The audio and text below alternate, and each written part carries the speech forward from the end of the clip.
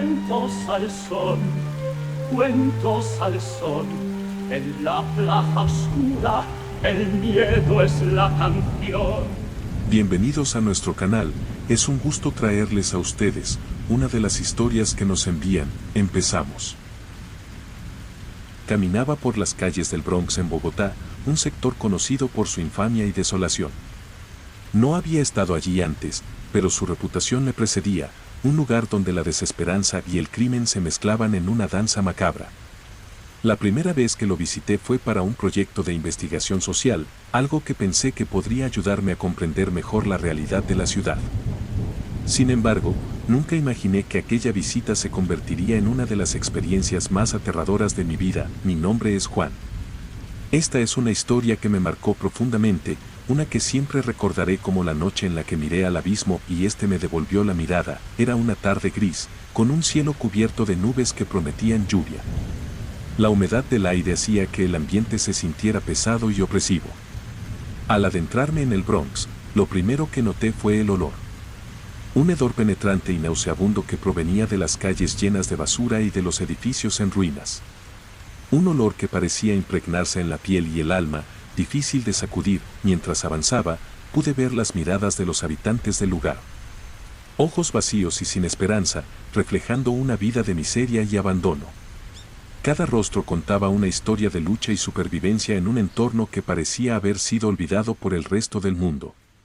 Pasé junto a grupos de personas envueltas en cobijas sucias, otras apoyadas contra las paredes, sus cuerpos encorvados y consumidos por las drogas. Había una tristeza palpable en el aire, un sentimiento de desolación que me hacía preguntarme cómo había llegado a este punto. Mi guía en esta travesía era Carlos, un hombre de unos 40 años, que había crecido en el Bronx y ahora trabajaba con una ONG para ayudar a sus habitantes. Su rostro curtido y sus ojos cansados eran testimonio de las muchas historias que había vivido. Es importante que entiendas, Juan, que cada persona aquí tiene una historia. No podemos juzgar sin conocer, me decía mientras caminábamos por las estrechas calles. En nuestro recorrido, Carlos me llevó a conocer a algunos de los habitantes más antiguos del lugar. Uno de ellos era don Ramón, un anciano que vivía en un pequeño cuarto en un edificio en ruinas. Al entrar, el olor a humedad y moho era casi insoportable. Don Ramón estaba sentado en una silla de madera, su cuerpo frágil y encorvado por los años. Su mirada era intensa, casi penetrante. Don Ramón, este es Juan. Está aquí para aprender sobre el Bronx, dijo Carlos con una sonrisa. El anciano me miró fijamente y asintió lentamente. Bienvenido, muchacho, dijo con una voz ronca y cansada. Esa noche, don Ramón nos contó sobre su vida en el Bronx, pero fue cuando la conversación derivó hacia el tema de los desaparecidos que algo en su semblante cambió. Hay algo aquí, algo que toma a la gente, dijo en un susurro. No es solo la miseria o el crimen. Es algo más antiguo, algo que se alimenta del dolor y la desesperación. Carlos me lanzó una mirada que no pude descifrar del todo. Don Ramón tiene razón. Hay historias en este lugar que datan de mucho antes de que se convirtiera en lo que es ahora, explicó. Historias de sombras que se mueven y voces que llaman en la noche. Decidí quedarme en el Bronx por una semana para entender mejor su realidad. La primera noche, me alojé en una pequeña habitación en una de las pocas casas que aún se mantenían en pie. El propietario, don Luis, era un hombre amable que había vivido allí toda su vida. No salgas de noche, Juan. Aquí las cosas cambian cuando cae el sol, me advirtió mientras me mostraba mi habitación. La habitación era pequeña y austera, con una cama de madera y una ventana que daba a un callejón oscuro. El silencio de la noche solo era roto por los murmullos lejanos y los ocasionales gritos que se escuchaban en la distancia. Intenté dormir, pero la inquietud no me dejaba en paz. Cerca de la medianoche, escuché un ruido en el callejón. Me levanté y me asomé por la ventana. A lo lejos, pude ver una figura oscura que se movía lentamente. Parecía estar buscando algo, o a alguien.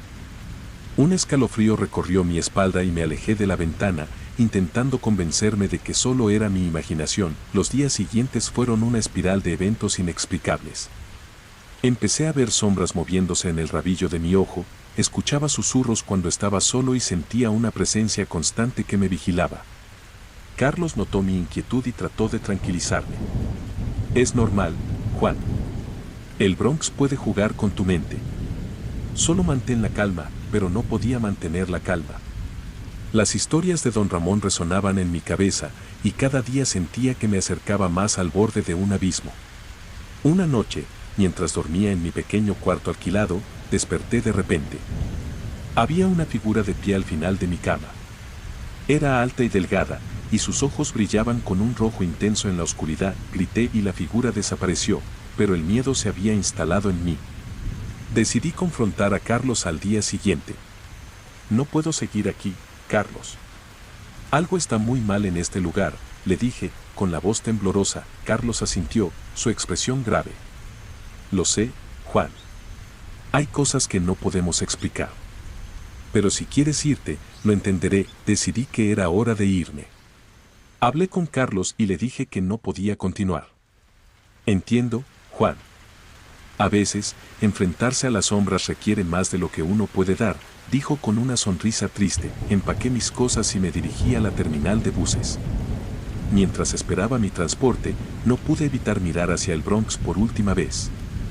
En la distancia, vi a don Ramón de pie en un callejón, observándome. Su figura se desvaneció en la oscuridad, dejando solo la sensación de que algo había cambiado para siempre. Años después, supe que el sector del Bronx había sido demolido y reemplazado por un parque. Las historias de sus sombras y susurros quedaron enterradas bajo el cemento y el olvido. Pero cada vez que paso por ese lugar, no puedo evitar recordar la mirada de don Ramón y la sensación de que algo aún acecha en las sombras, esperando su momento para regresar. Fue un gusto traerles a ustedes esta historia. Suscríbete y dale me gusta, para que no te pierdas las historias que te seguiremos trayendo. Cuentos al son, donde los niños cuentan y se oculta el terror.